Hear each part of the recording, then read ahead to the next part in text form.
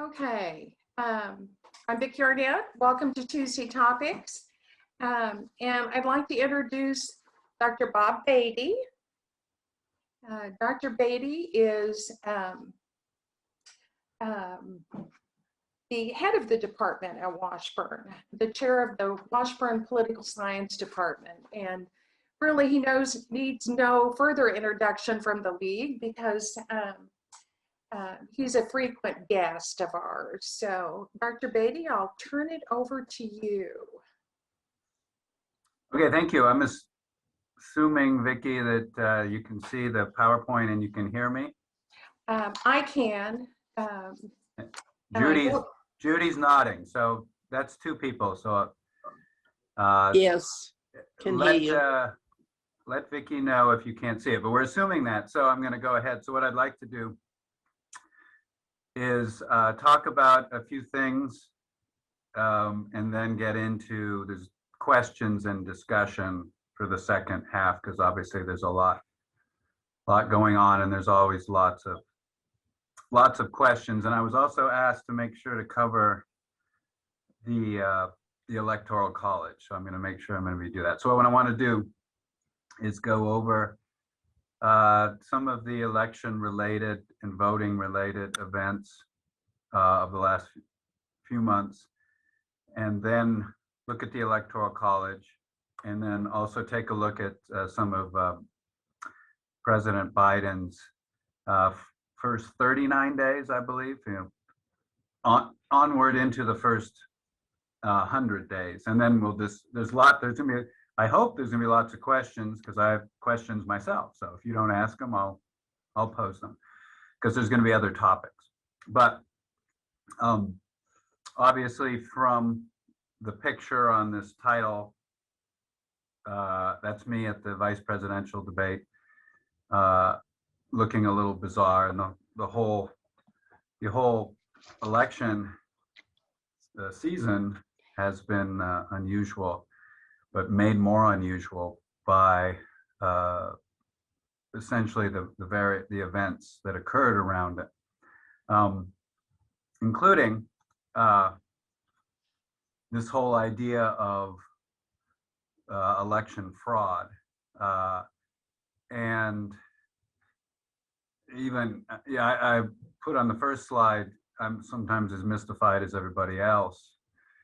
I don't like to remind myself of my age, I guess, but I grew up in a different era, and there's just certain things I didn't imagine happening. But to have a majority of one of the two major parties in the United States essentially just make things up and then go with it, it was shocking to me. So, but I wasn't in these states. So we turned to experts, and not non-partisan experts, partisan, essentially experts, meaning Trump administration officials, not Biden officials, not even necessarily, quote, independent officials, Trump administration officials. So this is just a short list of the groups that I look to tell me, is there systematic fraud in the 2020 election? Systematic. Okay, so what that means is that in any given day, whether it's in Kansas, Pennsylvania, Georgia, can there be some sort of shenanigans? Well, sure, that's American history, right? We got to acknowledge that. We're an interesting country with interesting people. Sometimes people do things, but it's got to be systematic. Meaning, in order for it to be honest, really important or relevant. And systematic literally means there's somebody behind the curtain, Wizard of Oz, and essentially a large scale type of thing, conspiracy type of deal. And so that's why we heard this argument that it was coming from Venezuela or wherever, and or it's something in the software. Okay, it's got to be systematic, especially in an American election, talking millions of votes. So Was it systematic? FBI? No. Attorney General? No. The Director of Election Security, which is the full-time job of the Directorate and Homeland Security to check and see if there's systematic election fraud? No. Election officials in Republican states? Partisan? No. 60, I came up with 63, I think it's more. State and federal courts, Republican, Democratic, unaffiliated judges? No. US Supreme Court? No. Common sense? No. Okay? Let's get that over with. Okay? So don't argue with me. If somebody's sitting there, election fraud, take it up with the Attorney General of the United States. Okay? Go, former, I should say the former Attorney General, head of the FBI, right? The agencies who have full-time offices, people paid 100 grand a year, which I'm not, to look into it. Take it up with them. But they said no. Okay? Didn't happen. Okay? So basically, for those who want to subscribe to this, you have to believe, I guess it's your people's right to believe, it is the largest conspiracy that we may probably contemplate in American history. When you look at that list of agencies, and you look at those groups, it's the and all right. And so that's why I say we got to get this over with. The other thing that's going on today is this idea that on January 6th, that it was, a gaslighting thing, that it was fake, that sort of thing, okay? The picture you see is actually a Topeka. And just in today, actually, or yesterday, the actually specific charges were discussed against this Topeka. No, again, go to the bottom under that no systematic fraud, common sense. Take a look at the videos and the people in the riot. And then, if you wonder, go find some old video of Portland, Oregon, after Trump was elected. There was some rioters and there was some anarchists. They actually look quite a bit different. So anyway, again, common sense, and again, FBI, Department of Justice, many of whom rolled over from the Trump administration prosecuting. Okay, so if you have questions about that, feel free in the question and answer. But again, I don't have, it's not my job to investigate. It was all these other groups I've listed. It's their job, and they did. And they came up with nothing. This will be interesting. I assume this is going to play. This is a video, and I saw this recently. Again, I'm an old man, so the movies of my youth were Stripes and Caddyshack, and all those crazy movies that from the 80s that usually had throbbing types of soundtracks. But I was actually watching TV recently, and Caddyshack came on, and then this scene came on, and I'd forgotten all about this scene. Okay, so let's take a quick look at this scene from Caddyshack. Then I want to just say something about it, if it works. It's a video.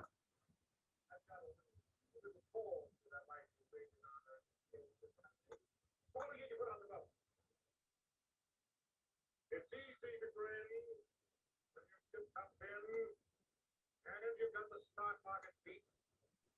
The man worthwhile, the man who can smile, his shorts aren't too tight in the seat.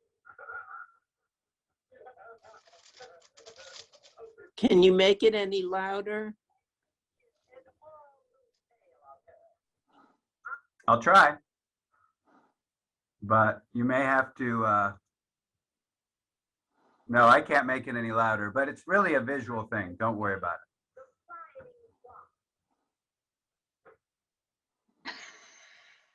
Don't just stand there. Go get some glue. Hey, my buddy, over there. I want to go over there. Who was once and I'm driving.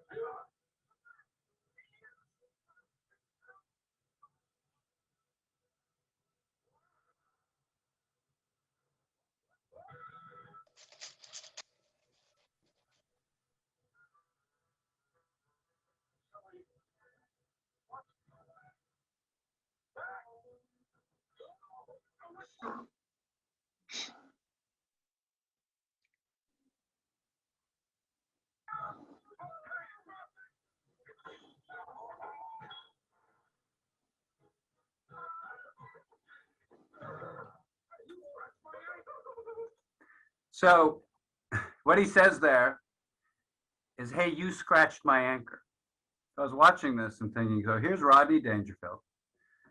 He's got this giant yacht, and he has no idea how to drive it, of course.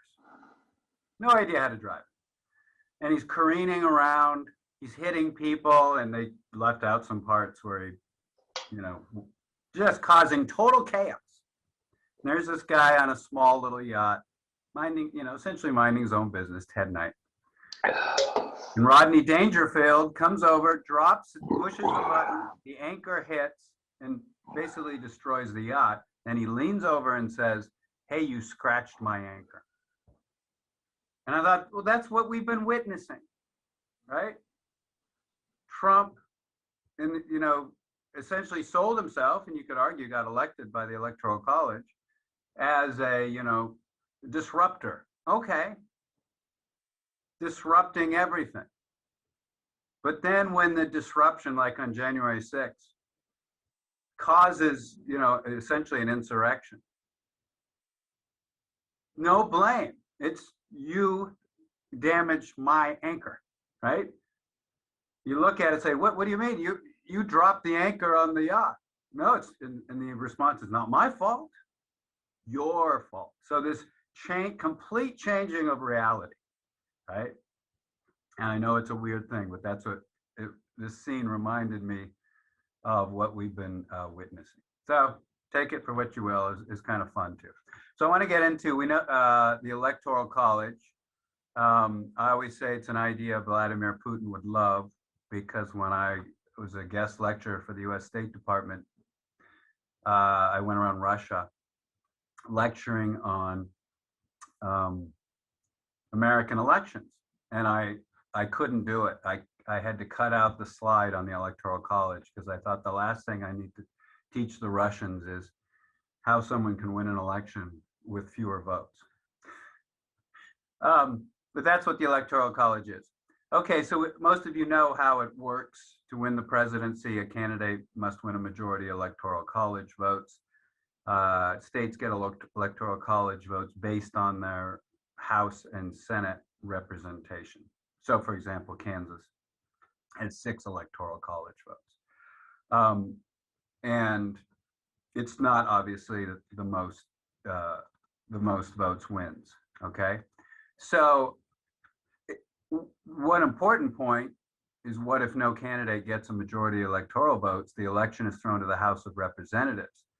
But the key to that is it's not just a straight up vote in the House of Representatives, it's done by state delegation. So it's essentially a modified Electoral College. Again, the states have more power than the actual representatives, okay? So this happened in 1824, where Andrew Jackson was denied the presidency in 1824. Washington, D.C. gets 3 Electoral College votes.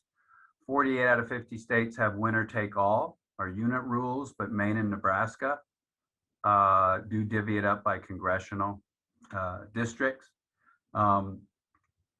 And there have been two, well, not two, there's been more than that, but historically it was very rare for the winner of the majority vote to not win the Electoral College. But it had happened, obviously in 1824, it happened in 1876.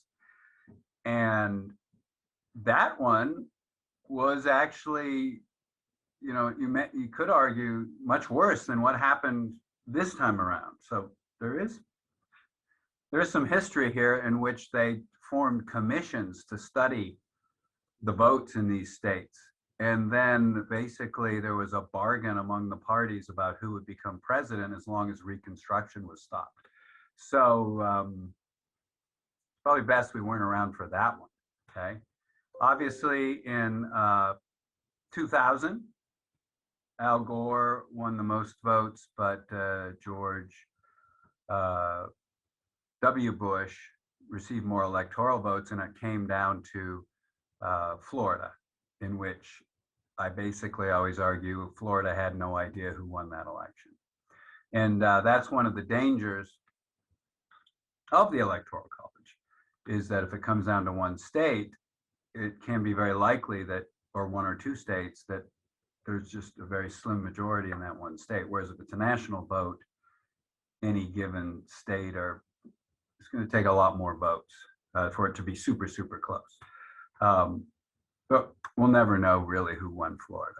Pretty weird way to pick a president, actually, when you look at Florida that year.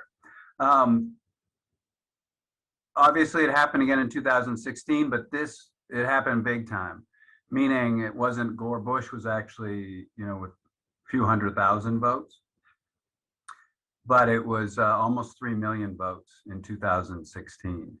So it is it's a bit of an odd dynamic, whether it's a Democrat or Republican, when you meet someone and they say, well, you Americans chose that president, and because of the Electoral College, well, the states did, kind of, right? But when there's this big discrepancy between the vote and the Electoral College, it becomes a little more odd to say, yes, America chose this president. I mean, under the system, it did, but in terms of just a straight up vote, it didn't. In 2020, as we know, when you look at it, Biden won by a little over 7 million votes. That's quite a bit, 4.5%, which is, pretty good victory in terms of historically wise. And in the Electoral College, it was a pretty substantial victory as well. However, 3 states, Wisconsin, Georgia, and Arizona, were decided total by 40,000 votes, give or take. So we're relatively close in those 3 states. So if Biden had lost those 3 states, it would have been in a 269 tie. The election would have gone to the House, and I think we know now for sure, and the Republicans had the most states, they would have voted for Trump. We know that now, given what happened after the actual election.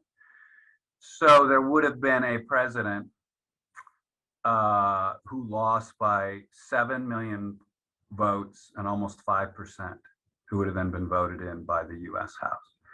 And I think we know that they just would have said, oh, there was fraud. There really wasn't. So I think, obviously we saw a flaw in the Electoral College. Now, I did some looking into, a lot of people discuss the Electoral College, and I think one of the biggest problems, and we're seeing this now in America, here in Topeka with Seaman High School, for example, is in the renaming of the Washington Football Club, is really just the idea, this linkage to slavery in the modern era and those sorts of things. So I looked at the Electoral College going back, right, and looked into it. And the biggest division, obviously, between the American states at the time of the Revolution was slavery. And it's such a big division that it's going to cause a civil war. So in 1804, Americans tinkered with the presidential system and the Constitution to fix some problems. Like, for example, the vice president was the person who got the second most votes. That was a little awkward, needless to say. And they fixed that, okay? And they fixed a few other things, okay? But they didn't fix it in 1804. They didn't fix the Electoral College or do anything, okay? The claim for the original reason at the time in 1787 for the Electoral College was that people actually wouldn't have enough information about presidential candidates, so let the states decide in elites. Let the states see who's ironically, well, I'll leave it up to you. Let the states decide, make sure it's a person of character. And this is from the literature. We want a president as a person of character, okay? But political parties formed. And so political parties, actually, one of their main job was to inform voters about their platforms. So that idea that voters wouldn't know the presidential candidates really didn't matter anymore. So they could have fixed it in 1804, okay? But slavery, of course, was this key aspect in 1804. And so I was looking into some of these things, okay? So Pennsylvanian James Wilson proposed direct national election of the president. But James Madison, you may have heard of him, responded that such a system would be unacceptable to the South. Okay. Quote, Madison said, quote, "The right of suffrage was much more diffusive, meaning extensive, in the northern than the southern states." This is Madison. "And the latter, the southern states, could have no influence in the election on the score of Negroes," unquote. That's James Madison. That's not me just speculating. Oh, I wonder what slavery has to do with the Electoral College. That's James Madison, right? Saying outright, in a direct election, the North would outnumber the South, whose many slaves could not vote. But the Electoral College allowed the slaves to be counted with the 2/5 discount, which is one of the most horrendous, despicable things in American history, 3/5 compromise. So think about that. So Madison, one of the fathers of America, is saying, hey, we can't have a direct election. The South will go wild, will not accept it. Hey, it's civil war already, before the country is essentially even a country. So the Electoral College is there because of slavery. Slavery, not any notion of, ooh, this, it's federalism and whatever. It's slavery. It's like the Washington football team. No, it's not an honor. The nickname isn't this wonderful thing. No. It's the name from a bygone era, okay? And they switched the name, okay? So the Electoral College protected slavery, okay? When both in 1787 and even later. The first reason, hey, we need the South to join this country to make it really a country to survive against all the foreign, Spain and people like Aaron Burr, Hamilton, right, who are going to try to get an attack on the US. The British, there's going to be the War of 1812. That's the British actually literally invading the United States. So they really wanted the South in there. So essentially, to avoid a civil war, they agreed in 1804 to keep the Electoral College rather than to scrap it, okay? Hail President Tilden. So why don't we scrap the Electoral College now? The Civil War is over. Well, I guess, the answer is, why did it take so long for the Washington football team not to get rid of their name? Answer that one, okay? Why won't Seaman High School in Topeka change its name? I don't know, answer that. Yes, there's a lot of answers, but think about it. But if you're a political scientist, the answer, take a look at this. Democrats have won the popular vote 7 of the 8 recent elections. Okay. And that's not to fault the Republican Party. But the problem with that, though, is that when parties lose elections, that then usually prompts them to examine why. And most famously in Great Britain, the Conservative Party kept losing elections, and they reformed themselves into a party that could then start winning again. And they've been in power now for a number of years because of that. Before that, the Labour Party had to do the same thing. But you could argue possibly the Republican Party of the United States, by winning 2 elections without the popular vote, has not had an incentive to really examine whether, what they need to do. That's an argument that certainly could be made. I'm going to skip over this video. Okay, so that's the Electoral College. Again, if you have questions, you disagree, I'm open to all discussions. I will say that in terms of economic development, Maine and Nebraska, by allocating electoral votes to congressional districts, make money. So Kansas wants to make some money, do it that way, because campaigns spend money in those districts. Actually, in Omaha, it's actually Omaha, Nebraska. They run TV ads, they even have events, those sorts of things. I would say it'd be a great economic development. Okay, moving on. That's the Electoral College. So moving on, we'll take a look at Joe Biden's 100 days, some various aspects, and then we'll go on to questions. Okay, so let's take a look at Joe Biden's approval rating. It's sitting at a 54.5%. Not that much higher than the percentage he got in vote. But we'll take a look at some of the other presidents after 38 days. Trump was at 43%. Trump never got above 50. Obama was at 63. Bush 2, Bush 2 is pretty close to Biden. Then 9/11 happened and it skyrocketed. Bill Clinton was at 61. There's not enough polling for Bush 1. And I found this one the most interesting. Ronald Reagan was at 54. So Reagan is very venerated now by many people, of course. And when you look, though, at his approval rating, it was a bit above 50%, and then it slowly went up. But what happened? Mainly, the economy started getting better. Remember, Reagan inherits a horrible economy from Jimmy Carter. Everything was awful. Inflation, interest rates, jobs, and things get better. And, if you're president, you get credit when things go well, and you don't get credit when things go bad. So be interesting to see if Biden sort of follows that Reagan model if things go well in terms of some of the aspects he's been working on. Okay, in terms of the Biden administration, I just say a return to normalcy, and the twist I'll get to in a second. And I put Jen Psaki, the press essentially the press secretary. There's new names for this, but communications director, whatever. Press secretary, person that's out there every day.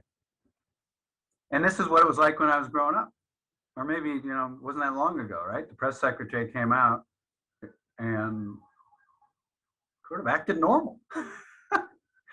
Especially when you look at the Reagan years. Now, Nixon's time, I studied Nixon. It was pretty bad, very contentious, very bad. Then normal. During Trump's time, I think you may recall, he had some press secretaries that lasted like less than a month. And of course, his first press secretary started off by saying, well, it was the largest inaugural crowd in American history, bigger than Obama's. And then people said, no, it wasn't. And he said, well, there's alternative facts, and that's what I'm talking. And so this is normal. This is meaning just going out there, answering questions. You may not agree with her, or she's going to get quizzed, but pretty normal. Now, the twist is the cabinet of Joe Biden. If most of them, the majority, 90% plus, are confirmed, will be the most diverse cabinet in American history, with some obviously Lloyd Austin at defense, Pete Buttigieg at transportation, and a number of others. So that's the twist. So it's not normal in that sense. It's different. The most diverse cabinet in American history. All right, vaccinations. Biden pledged 100 million vaccinated in the first 100 days. He did get some pushback. People saying you need to be more ambitious, but he's a politician, right? Probably pretty smart. Also very catchy, 100 million, 100 days. So after 37 days, they're at 50 million. So there's basically no question that it's going to happen. He's also predicted that late spring there'll be enough vaccine to administer to anyone who wants it. So really then the challenge is the people that don't want it. So things are going now fairly well. Now, not for those who are desperate for the vaccine, but it's getting close to almost 2 million a day. Back to school, this one's controversial. Biden made an initial pledge that all kids back to school after 100 days. You know, I got caught up in the moment. That one's more difficult. Not more difficult, but difficult because of unions, because of states, because of all the different variables. So the Biden administration modified it to just elementary kids, then it modified it part 2 to, well, 51%. Anyway, he said recently we'll be close to it. So that one, it might depend on the rubric that's used to get all kids back to school. Okay. But Chicago at least is. That was one of the big ones. So that one, well, I guess we'll have to see. Okay. And of course there is the stimulus bill. Okay. So the stimulus bill passed the House a few days ago. It's a $1.9 trillion stimulus bill. It passed the House with not one Republican voting for it. So what's in the stimulus bill? $1,400 direct payment for people earning less than 75 individuals. Couples, $2,800 for making less than $150,000. $1,400 for each dependent child, and also some adult dependents as well. Number of other things that are in there: enhanced unemployment aid, rental assistance, help for hungry, food stamps and things of that nature, money for child care, small business money, and lots of money, to be honest, for states and schools. So money directly going to schools to open up, and money going directly to states. A lot of money going to states and counties for vaccines and testing. So billions of dollars going out to the states. And that was one of what the Republicans did not want, was the state and local money. They were actually for the direct payments. And what's not in there and didn't make it was the minimum wage. So it was initially in the House bill, the minimum wage to go to $15 an hour by 2025. The Senate is going to be out of the bill that the Senate takes up. Okay. It's interesting because if you were to watch or read a particular niche of American news, you would think this was not popular, this stimulus bill, or listen to the party that didn't vote for it. But poll after poll shows that not only is it popular, it's not just a majority, 55% that like Biden, it's quite popular. 3 in 4 voters, okay? And some polls are showing mid-60s to over 70% supporting the stimulus package. Obviously, Republicans, although you can see that poll there, even Republicans strongly and somewhat support, you can get to 60% of Republicans. Okay. So it's pretty popular, but it's it's just not something that at the moment Republicans really want to talk about. So I guess that's why I mentioned Ronald Reagan, although he actually had bipartisan support for his packages after he was president. But we'll see. I mean, because if the Republicans just want to let the Democrats own it, they will own it. But it may not really work out for them if it's successful. And we can go to questions and discussion now, but I did want to say, if you want to link to the new Kathleen Sebelius documentary that we've produced, it aired on KTKA, just send me an email and I'll send you the unlisted link, because we're negotiating with PBS to get it aired, so I can't make it public, but if you want to watch it, I'll certainly let you do that. So just email me at bob.beatty@washburn.edu. I'll send you the link. So I'm going to stop sharing and open it up for questions and attacks or anything you want to do. I'm pretty open. So, Dr. Beatty, we did have a question about the Electoral College. Mm-hmm. And that is the question about, I think they're referred to as faithless electors.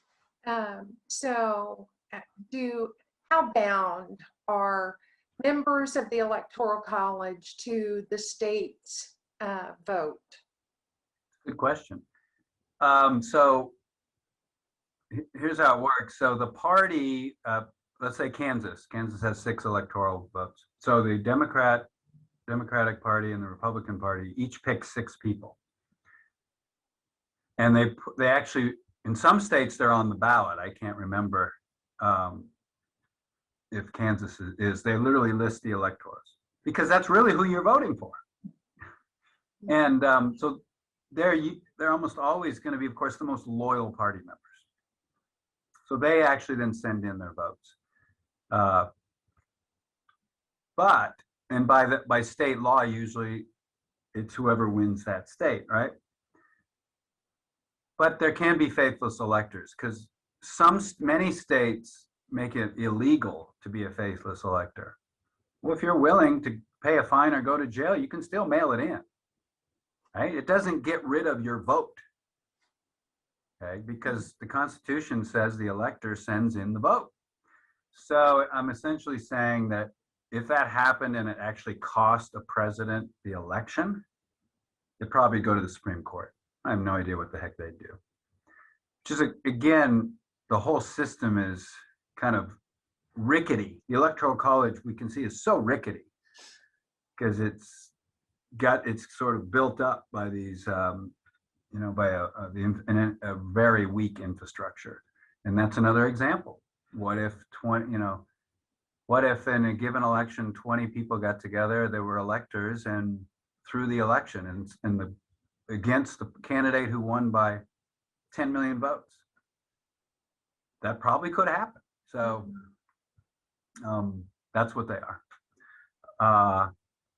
So let me ask you, I believe the participant is referring to HR 1, the voting rights legislation that's before Congress right now.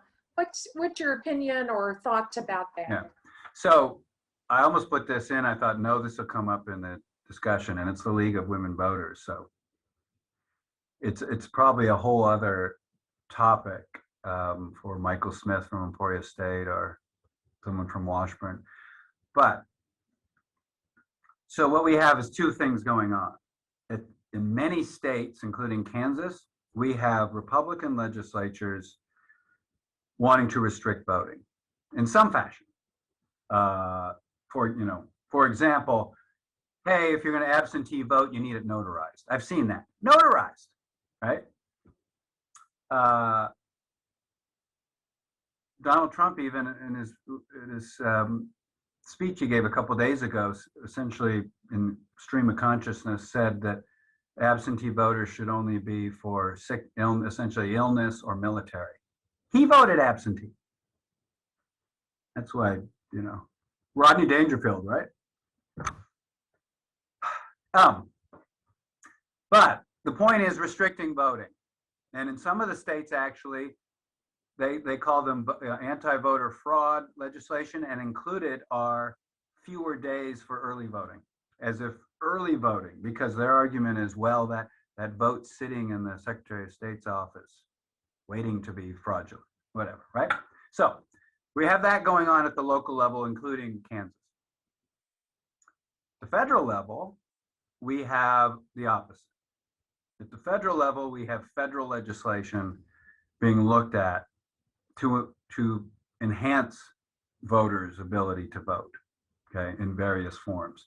And really interesting in that legislation, and that's like, it's like me when a Zoom works, I won't believe it until it actually happens, is putting in non-partisan redistricting commissions in every state. Oh my God. Holy Kathmandu. Just to write that down feels like we've entered another universe. Because, right, that's called gerrymandering. Of course, that's when states can craft districts so that one party does better. Democrats and Republicans, okay? And what really gets my goat is I'm unaffiliated. Where's the unaffiliateds on these committees, right? No. Who does it? The legislature. Does Kansas legislature, when they're looking at redistricting, invite 32% of the committee to be unaffiliated? No. Right? Unaffiliateds aren't even allowed to vote in the primaries. Okay, so they're shut out. So boy, a nonpartisan redistricting commission would, I love it, because heck, we could pick a few people from the League of Women Voters who are unaffiliated. They get to sit there, right, and actually be part of the process. So that's part of the bill. If that were to pass, you know, have me on and I'll eat edible hat or something, because that would be a lot of fun. But so we have these two things going on. And if you are, and again, if you are seeing some of this stuff get passed at the federal level, whether it's the stimulus bill, whether it might be a voting bill, whether it might be immigration, if you like it, then maybe get out your checkbook and write a donation to somewhere in Georgia. If you don't like it, then you can curse the state, because boy, this discussion would be so different if Georgia had not elected 2 Democratic senators. I mean, again, we're in the different universe. That Georgia election, it kind of got lost in the January 6th stuff, but that was, you know, could be one of the most momentous days in American history, that double Senate election in Georgia. Just unbelievable. Other question. Dr. Beatty, can you speak to how other countries elect presidents? Is there anything that kind of parallels the process related to the Electoral College? So there's 2 main types of systems in other countries, which is most countries have parliamentary models, not presidential models, although Latin America has many presidential models. But there is no country that I know of, and I could be wrong, it's, believe it or not, it's happened. My wife tells me it has. But as far as I know, there's no other country that has an electoral college. And so parliamentary models often do have presidents. They'll have a prime minister and then they'll have a president. But in some other countries, they do have a president. And so the countries that have presidents tend to just elect the president by most votes wins. But a trend, a relatively new trend, not always new, but is that countries that do elect presidents, you have to get 50% if it's majority. So that sort of gets rid of that, which is what Georgia did, by the way. Interesting link. So that gets rid of this idea of having 3 or 4 parties, because multi-party systems are more popular in Europe and around the world. But that could make a very, president getting elected with 42% or something may not be good, because that essentially means that possibly up to 60% don't want that person. And it could be a rough 4 years. America might have, some would argue, had that happened, right? So again, so what usually happens with presidents in other countries is majority vote, but 50% threshold, so runoffs are very, very common. Runoffs are very common. That's the typical way to do it. And would ranked choice voting take care of that? It would. Kansas Democratic Party, for the first time, as far as I know, in Kansas history, put in ranked choice voting for their presidential primary. Ranked choice voting is popular in other countries. Ireland has it because they didn't want, because of the Catholic Protestant violence, they didn't want a candidate to win in a maybe a volatile area with 38% of the vote, where 65% of the people don't like it. They're going to go out and riot. They wanted ranked choice voting, so make sure that at least 50% of the people, it's their one or two choice. So ranked choice voting is more people are looking at that. And I just read something really quickly that St. Louis is doing an election in which it's not ranked choice, it's all choice, where you just check all the people that are acceptable to you. And I don't know how then they go from there. I didn't read the article, but it's this basic idea of, and Kansas can get this too sometimes, but anybody can get it, where because of the electoral system, a majority of, not just a majority, but maybe a big majority of people don't like the person in charge. Now, in much of Europe, proportional representation can take care of that in the legislature, which is you get the number of seats equal to the percentage of the vote you get. America is relatively unusual in first past the post voting because of exactly what I'm talking about, because it can produce representatives who are not liked by the majority of the people.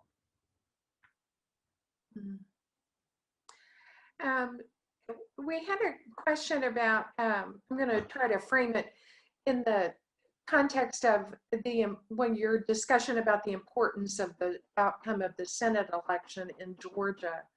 But what's the importance of the Senate rules, the filibuster, in terms of how that process rolls out and fair representation? So the question about other countries is interesting because most countries do not have, many countries, I should put, don't have a Senate like the United States with that much power. So for example, in Britain, the House of Lords, which is essentially the Senate, only has the power to veto something for only a year or two. That's it. Other countries, the Senates are not overly powerful. But the United States, and the reason for that, of course, is that many countries had revolutions or democratizations after the United States. So the United States had its revolution in democracy, quote unquote, a long time ago. It's old. At a time when there was slavery, sexism, you name it, right? And essentially there was not a wide franchise. The founders didn't trust the voters, okay? So the Senate is not democratic. Of course it's not. I mean, it isn't, you know what I mean, right? Each state gets 2 reps. So Texas and California should have the same number of reps as Wyoming and Kansas? How is that democratic? It's not, right? So that's fine, and yet the Senate has more power than the House. Treaties, cabinet, all these sorts of things. So it's actually the most powerful, it's more powerful, you can easily argue, right? Impeachment is in the Senate. I mean, impeachment's in the House, but the final say's in the Senate. So that's a bit unusual. Let's give the least democratic body the most power. Okay, so because it has so much power, the Senate put in the filibuster as a rule. And that essentially means that for legislation to pass, you need 60 votes. So a relatively undemocratic body, which is the Senate, became even more undemocratic because, and again, it cuts both ways. You have periods in American history where the Democrats would be irate. Oh my gosh, the Senate's doing all these things.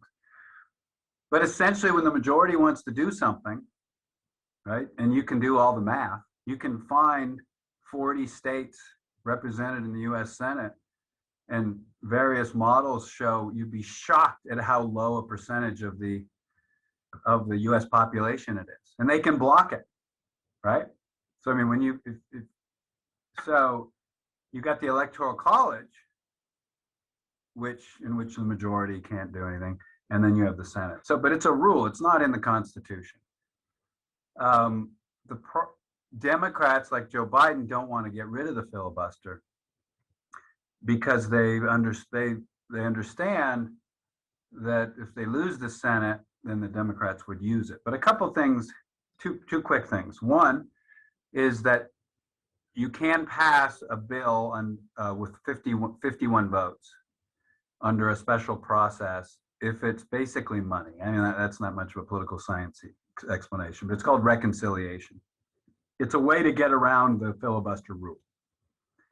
And actually, they don't think that the minimum wage fits that, so that's why they kicked it out of there. But the stimulus will be passed under this special process. Number two, the Republicans didn't like the filibuster when they held power because they wanted Republican judges to be appointed. So they got rid of the filibuster for judges.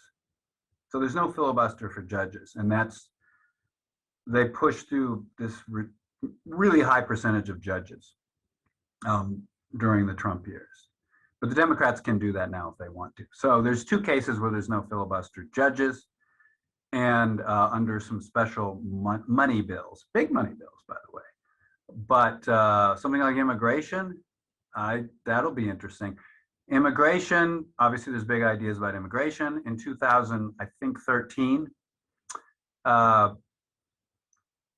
the Senate, actually, they got enough Republicans. So Obama worked with some Republicans, John McCain and some others, to overcome the filibuster and pass an immigration bill. Yes, oh my gosh, shocking, right? Anything, immigration. And they had the votes in the House. And then the Speaker of the House wouldn't let the vote happen. So no immigration reform. That was like in 13, so we're talking 7 years ago. So it's not just the Senate. If a House leadership doesn't want something for a vote, it won't happen. This happened in Kansas last year. The votes were there in the Kansas House. The votes were there in the Kansas Senate to pass Medicaid expansion. The House leadership would not allow a vote. Didn't happen.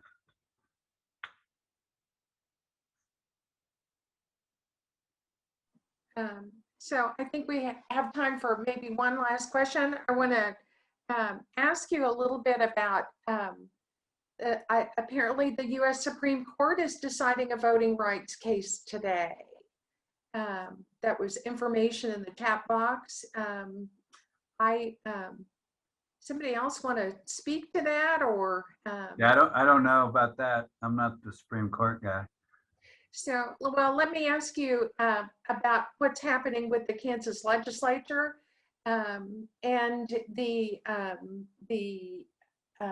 movement, I guess, in the legislature to limit the executive powers of the governor in a state of emergency. Well, there's two things going on very quickly. One is, in the last few years, the Kansas legislature has become much more conservative and much more Republican. And I mean that in both. Those are separate. Okay? Because in Kansas, if you study Kansas history, many Republicans were sometimes happy to work with Democrats on various things. But it's just, and maybe it's an American phenomenon, right? It's just much more Republican. So that's the last few years. And obviously Laura Kelly is a Democrat. And in some cases, this is very common. It can be very common. It's really a battle over a power as well. And when there's somebody in the Democratic Party did make this point, you know, where was this bill when Brownback was governor? Well, it's politics. The simple answer was, well, we didn't need it. And so, yeah, they may pass it. They have a veto-proof majority, so it may actually pass. And so we're seeing these kinds of bills basically because she's a Democratic governor. I mean, I don't know. I mean, a Republican legislator may say, well, we don't want any governor to have that much power, which maybe they believe. But one interesting little thing was the legislature was very upset when Governor Kelly made rules back in March and April, whatever, concerning schools. And then now they're contemplating the legislature telling schools, making essentially rules regarding schools. So that tells me a bit that it's more about who they want to be in charge, the legislature or the governor. Depends on who's dropping the anchor. Yeah. So I want to thank you, Dr. Beatty, once again for being Tuesday Topic speaker. Sure. And I want to remind everyone that there will be no program in April. That is our league annual meeting. So I'll see you back here, April the 6th, same time, same place, via Zoom for our second virtual annual meeting. So we'll see you then. Thank you.